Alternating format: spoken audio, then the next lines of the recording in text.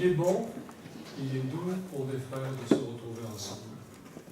Alors je ne vous parlerai pas de la barbe d'Aaron, simplement pour dire que nous sommes ensemble ici pour adorer notre Dieu, pour partager ce que sa parole nous apportera, mais pour partager aussi avec nos frères et sœurs à la fois la joie de ceux qui ont des occasions de joie et en même temps la tristesse pour ceux qui traversent des moments difficiles. Le Saint-Esprit est là, il nous unit, et de sorte que nous ne ressortirons pas d'ici comme nous sommes rentrés. Nous sortirons avec un petit plus, et j'espère même un grand plus. En tout cas, chaque fois qu'il m'est arrivé de préparer un message, je me suis toujours dit, d'abord je suis incapable, c'est la première chose que je dis. Ensuite, la deuxième chose, ma page est blanche, Seigneur, remplis-la, mais avant de la remplir, remplis mon cœur. Parce que j'ai le sentiment que lorsqu'on parle de la parole de la part de, pas de la part de Dieu, mais on traduit sa parole, eh bien il y a un impact. Et je me dis, si quelqu'un un jour sort après le culte dont tu auras assumé le message, sans que rien ne se soit passé dans son cœur, de positif ou de négatif, parce qu'on peut se dire, bon, il nous dit ça, mais, eh bien, c'est que tu as mal préparé les choses. Il doit toujours y avoir un impact. Alors, c'est ce que j'espère ce matin, qui se produira. Le titre, si j'avais un titre à donner, ce serait des raisons de bien vivre. Des raisons d'espérer traverser la vieillesse le mieux possible, c'est-à-dire en étant jeune dans sa tête et jeune dans son cœur. Alors, je ne vous parlerai pas évidemment de... quoique, je ne vous parlerai pas du mot du troisième âge. Et puis ensuite, il s'est passé que certains ont dépassé, ont allongé cet âge-là, et alors il y a eu le quatrième âge. Le quatrième âge. Et pour que ça passe mieux, eh bien on a parlé des seniors. Troisième âge, c'est des seniors. C'est dynamique, un senior. Il y a toute une perspective. On va pouvoir se remettre à faire du sport. D'ailleurs, il y a des marchands spécialisés pour ces choses-là. Vous pouvez même aller passer 8 jours sous une tente dans le Maghreb. Ça ne vous apportera pas grand-chose, mais vous aurez dépensé beaucoup d'argent. Les sociologues vont parler de ça. Alors, on a dit les seniors. Mais alors comment va-t-on appeler le quatrième âge? Les vétérans. Évidemment, il y a toujours des vétérans du latin svetus, qui veut dire vieux, âgé. Mais ça, on ne vous le dit pas. On ne dit pas que vétéran, ça veut dire vieux. Et que senior, ça veut presque dire sénile. Voilà. Après cette brève introduction, je vous lirai quand même quelques textes. D'abord, un texte dans le psaume 92, versets 13 à 15, mais je commencerai un petit peu plus tôt, au premier. Il est bon de louer l'Éternel et de célébrer son nom au Très-Haut, d'annoncer le matin ta bonté et ta fidélité pendant les nuits, sur l'instrument à 10 cordes et sur le luth au son de la harpe.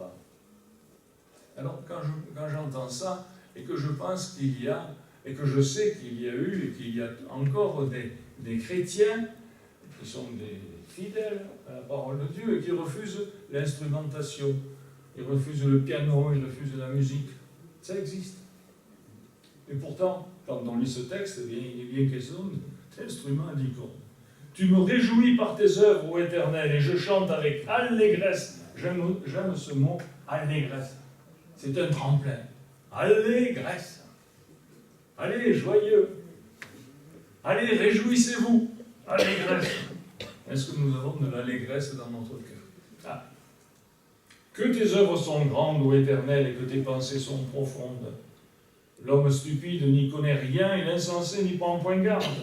Si les méchants croissent comme l'herbe, si tous ceux qui font le mal fleurissent, c'est pour être anéantis à jamais. Mais toi, tu es le Très-Haut. Car voici tes ennemis, ô Éternel, car voici tes ennemis périssent. Tous ceux qui font le mal sont dispersés, et tu me donnes la force du buffle. Je suis arrosé avec une huile fraîche. Mon œil se plaît à contempler mes ennemis, et mon oreille à entendre mes méchants adversaires. Et voilà le texte que je voulais souligner. Les justes croissent comme le palmier, ils s'élèvent comme le cèdre du Liban, plantés dans la maison de l'Éternel, ils prospèrent dans les parvis de notre Dieu. Ils portent encore des fruits dans la vieillesse, ils sont pleins de sève et verdoyants pour faire connaître que l'Éternel est juste. Il est mon rocher, et il n'y a point en lui d'iniquité. Ils portent encore des fruits dans la vieillesse. Et puis au chapitre 103, du psaume 103, pardon, verset 5.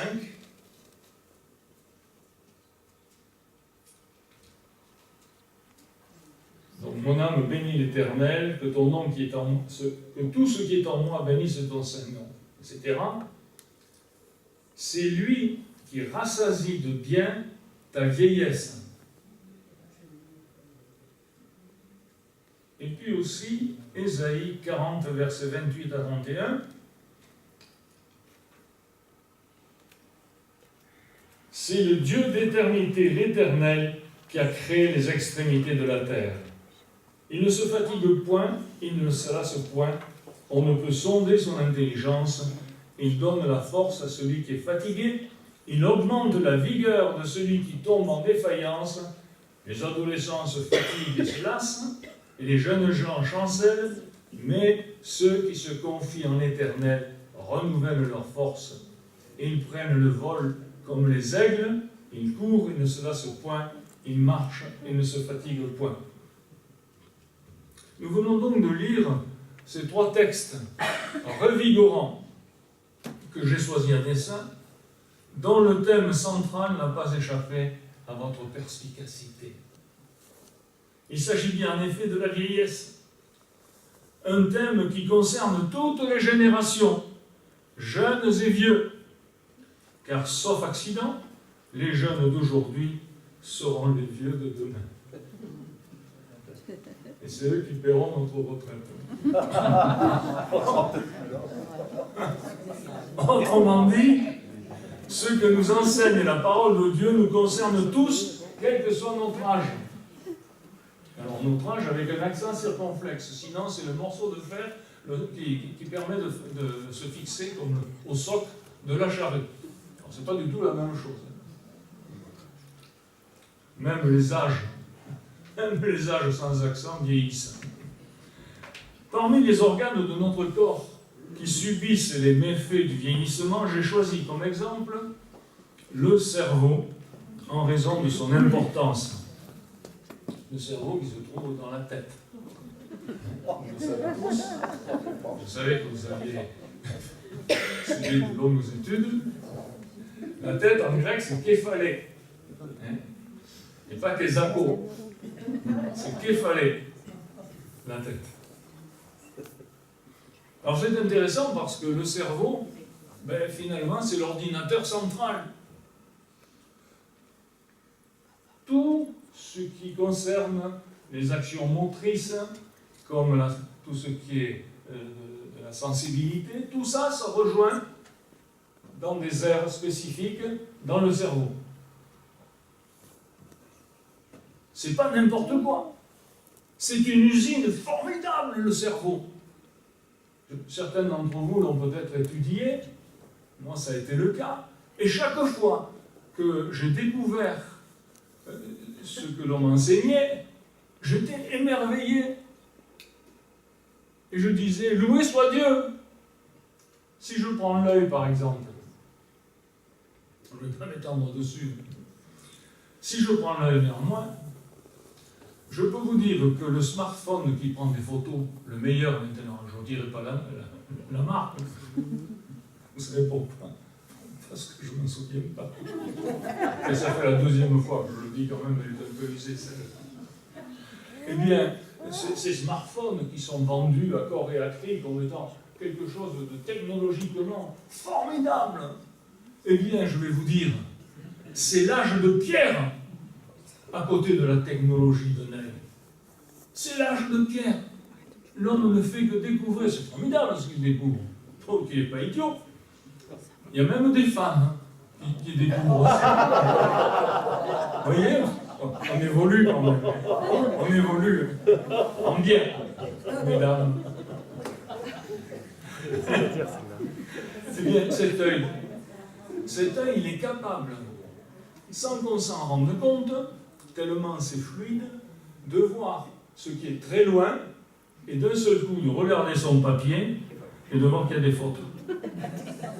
C'est-à-dire que vous avez le cristallin, qui est une lentille, avec des muscles sur le côté, et suivant la distance à laquelle vous regardez, le cerveau dit au cristallin soit de s'allonger, soit de se ramener, de façon à modifier la distance focale entre l'axe du cristallin et celui de la rétine. Bref, quand on achète une paire de lunettes Varilux, par exemple, eh bien, il faut du temps pour accommoder cette distance. D'ailleurs, vous le savez, quand vous achetez ça, vous descendez des escaliers et vous vous rendez compte que l'escalier, la marche vous semble plus près qu'elle ne l'est en réalité. Parce que l'accommodation ne se fait pas assez rapidement. Alors que notre cerveau est capable d'accommoder formidablement. En plus, on est capable de voir en stéréo. L'œil gauche, le nerf optique part dans une aire visuelle qui est ici, et le nerf optique, et ils se croisent, on appelle ça un chiasme. Et ils se croisent. Et c'est ce croisement qui fait qu'on y voit en 3 dimensions. C'est pas plat. Là, je vous vois, etc. C'est net partout, c'est formidable. Louons Dieu pour cette magnifique chose. Donc, c'est la tête, le cerveau. Alors, figurez-vous que jusqu'à la fin du XXe siècle, le cerveau adulte était conçu comme un organe immuable, selon le postulat fondamental du prix Nobel de médecine Santiago Ramón y Cajal, 1852-1934. Autrement dit, pour tous les scientifiques de l'époque et pour les minus abbesses, eh bien, le cerveau restait figé, doté de son content de neurones, les cellules nerveuses, et condamné à les perdre en prenant de l'âge. Oh, le compte était généreux, 100 milliards de neurones. Vous vous rendez compte, on pouvait puiser dedans. Mais enfin, on ne peut pas dire que l'avenir était lumineux, puisqu'on savait qu'on puisait, mais qu'au fur et à mesure, on devenait de plus en plus débile, ou sénile. Reste que la vision d'ensemble était bien sombre. Mais voici qu'une nouvelle, alors oui, il y aura 2 grandes nouvelles, et ça c'est la première. Voici qu'une nouvelle révolutionnaire vient apporter de la lumière sur l'avenir du cerveau assombri jusqu'à ce jour. Tournant le dos à 180 degrés aux certitudes et aux croyances scientifiques d'hier, les nouvelles découvertes nous apprennent que le cerveau n'est pas figé. Vous savez, pendant 100 ans, on a cru que le cerveau était figé. Si le salut des hommes avait dépendu de la croyance en ce fait-là, ils seraient tous perdus, puisque c'était faux. Seulement on le croyait, parce que c'était scientifique. Il y a même eu un prix Nobel qui a été donné à cause de ça. Et non, on apprend que le cerveau n'est pas figé, mais qu'il est plastique. Pas en plastique. Parce que là, encore une fois, les écologistes lèvent les bras au ciel. Il est plastique, parce que le plastique, c'est mou. Hein? Pas tous les plastiques. Évidemment. Par exemple, le polytétrafluéthylène de méthyle, c'est un plastique. Alors, je ne sais pas s'il est mou ou non. C'est-à-dire qu'il est souple, qu'il est modulable, qu'il est évolutif, qu'il se renouvelle sans cesse, que l'on peut maintenir et augmenter son potentiel moyennant la pratique d'exercices spécifiques. Et il y a des tas de protocoles qui ont été créés, de programmes qui vous permettent de développer votre cerveau. Par exemple, quand on a l'habitude de faire quelque chose de répétitif, eh bien, il est bon d'essayer de trouver un autre moyen de faire cette action. Ça oblige le cerveau à travailler. Si vous lisez des textes très rapidement, ça oblige le cerveau à travailler. Si vous lisez votre Bible, ça oblige le cerveau à travailler. Et donc à créer des réseaux. Et c'est quand même une bonne nouvelle. De savoir que on a la possibilité, même en vieillissant, de poursuivre, de ne pas rester complètement idiot. C'est ainsi que, contrairement à la pile Wonder, le cerveau ne s'use que si l'on ne s'en sert pas. Alors, mes amis, faites travailler votre cerveau pour le garder jeune. Par ailleurs, comme nous le constatons ici, les vérités scientifiques d'hier doivent s'incliner devant celles d'aujourd'hui.